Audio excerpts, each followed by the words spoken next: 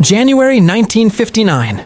Deep inside the frozen Ural Mountains of the Soviet Union, 9 experienced hikers set out on what should have been an ordinary winter expedition.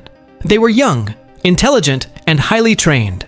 Most were university students or graduates from the Ural Polytechnic Institute. Together, they had completed some of the toughest mountain expeditions in the country.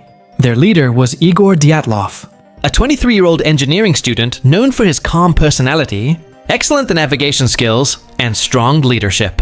He carefully planned every detail of the journey, checking maps, routes, supplies, and weather reports before the team departed.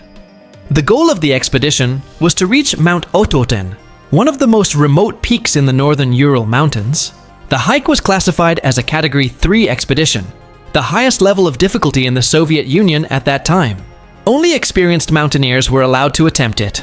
The group originally consisted of 10 members. Besides Igor Dyatlov, the team included Zinaida Kolmogorova, Rustem Slobodin, Yuri Doroshenko, Georgy Krivonischenko, Alexander Kolevatov, Lyudmila Dubinina, Nikolai Thibault Brignol, Semyon Solotaryov, and Yuri Yudin.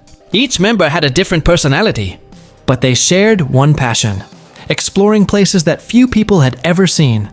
Before leaving, they packed cameras, journals, maps, warm clothing, food supplies, medical kits, compasses, and camping equipment.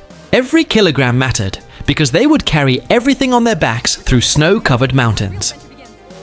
The hikers traveled by train from Sverdlovsk to the small town of Ivdel. From there, they continued by truck to a logging settlement called Vizhay, the last inhabited location before entering the wilderness. The atmosphere was cheerful. Photographs taken during the trip show smiling faces, snowball fights, laughter, and moments of friendship. Nothing in these pictures suggested that this adventure would become one of history's greatest mysteries. However, before the group entered the mountains, something unexpected happened. One member, Yuri Yudin, began suffering severe pain caused by a chronic illness.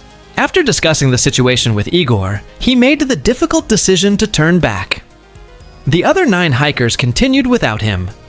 As Yuri watched his friends disappear into the snowy forest, he had no idea he would become the last person to see them alive.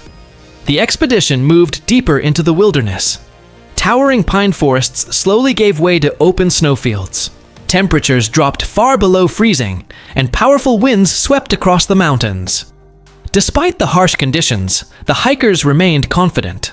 They wrote jokes in their journals, took photographs, and carefully followed Igor's planned route toward Mount Otorten.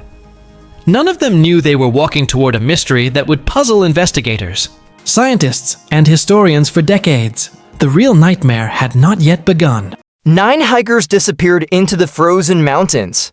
But what rescuers discovered weeks later shocked the entire Soviet Union. Their tent had been cut open from the inside, and the mystery was only beginning. In Part 2, we'll uncover the terrifying discovery that turned this expedition into one of history's greatest unsolved mysteries.